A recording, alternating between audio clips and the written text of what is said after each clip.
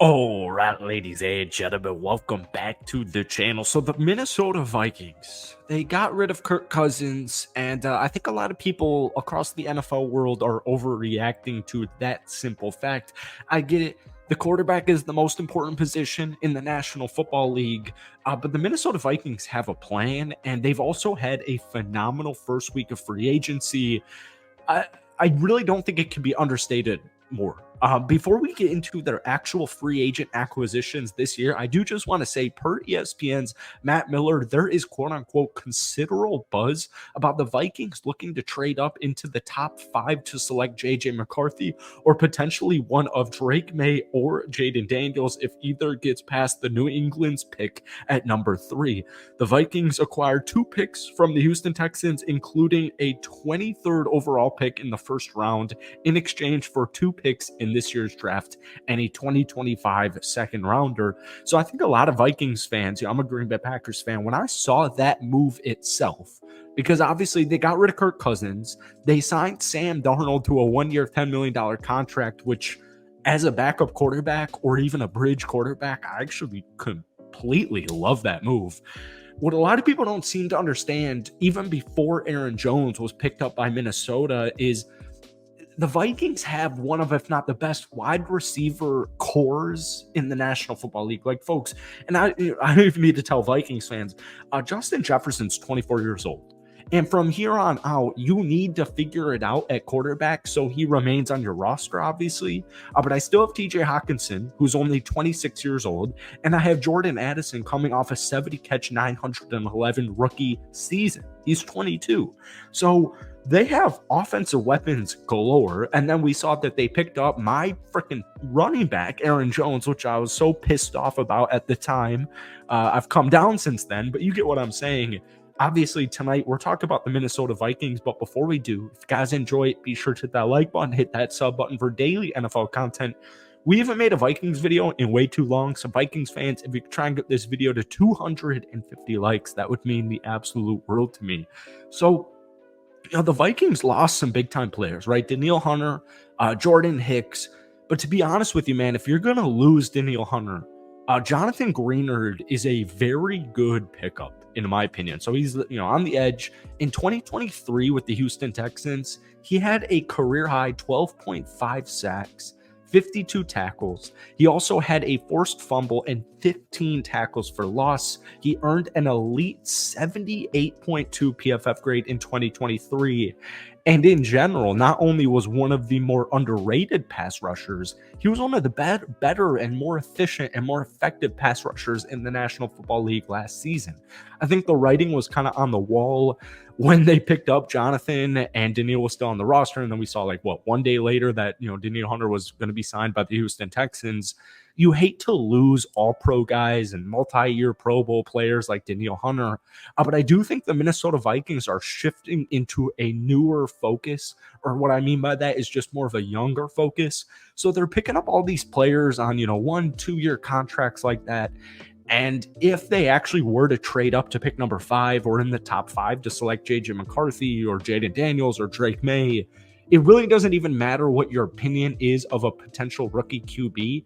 If their rookie QB, no matter what the hell his name is, if he hits, this Minnesota Vikings future, just like that, completely turns around. I know it's very underwhelming to go from 13-4, losing to the Giants, in the wild card round of the playoffs 2 years ago, to go into, sub 500, obviously being due to the Kirk Cousins career or season-ending injury. But I do like this kind of, it's clearly not a rebuild, but it's like this reset to build something more sustainable. And in the division with Jared Goff and the Detroit Lions making the NFC Championship game, my Green Bay Packers with Jordan Love, I do think this is way beneficial in the long run as opposed to a short-term option of re-signing Kirk Cousins for 1 or 2 years at 35 years old and just kind of hoping that it all works out. So, I really like the Jonathan Greenard move, even though they did end up losing Danielle Hunter. Now, Andrew Van Ginkel is really interesting. This was a phenomenal, at least A- signing, in my opinion. Last season, 69 total tackles. He had 6 sacks. He had an interception. He had 8 tackles for loss in 2023. but he also earned an elite 91.1 PFF grade for his performance. And, obviously he got a nice payday, 2-year contract worth $20 million with $14 million guaranteed. 28 years old, in the prime of his athletic career. I don't know why this hurts Minnesota. And Minnesota, by the way, had such an underrated defense last year in the second half specifically. But once Brian Flores and this, the team personnel at that time kind of got things flowing, the Minnesota Vikings were such an underrated defense. And you still have really intriguing pieces like Ivan Pace Jr., Cam Bynum. You get what I'm saying here. The Vikings defense has only improved this offseason, and it's still so under the radar, in my opinion. Now, it doesn't end just there. Blake Cashman, breakout season from the Houston Texans. They're picking up a lot of Texans players, which makes a lot of sense because Houston kind of did this thing where they went from 3 wins to 10 wins, but a lot of their defensive players and a lot of their, sneaky veteran depth starters were on 1-year prove-it deals, right? And they hit with CJ Stroud, and they hit with some draft picks like Tank Dell, and they hit with a lot of free agents. Blake Cashman in 2023, breakout season, dude.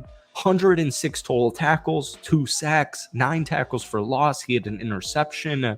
PFF gave him an elite grade of 83.7, and they agreed on a 3-year, $25.5 million contract.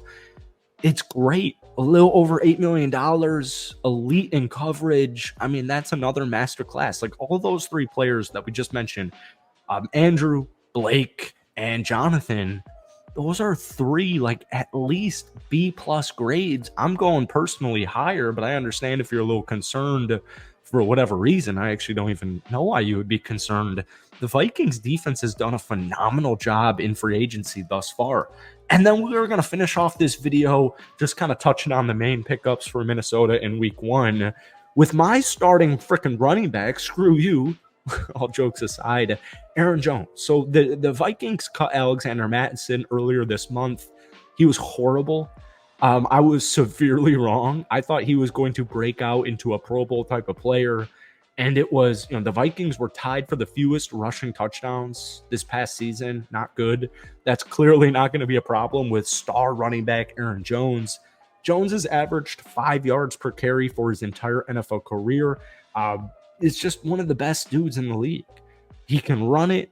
He can catch it. The financials are looking good. It was only a 1-year deal worth $7 million. In my opinion, that's a steal.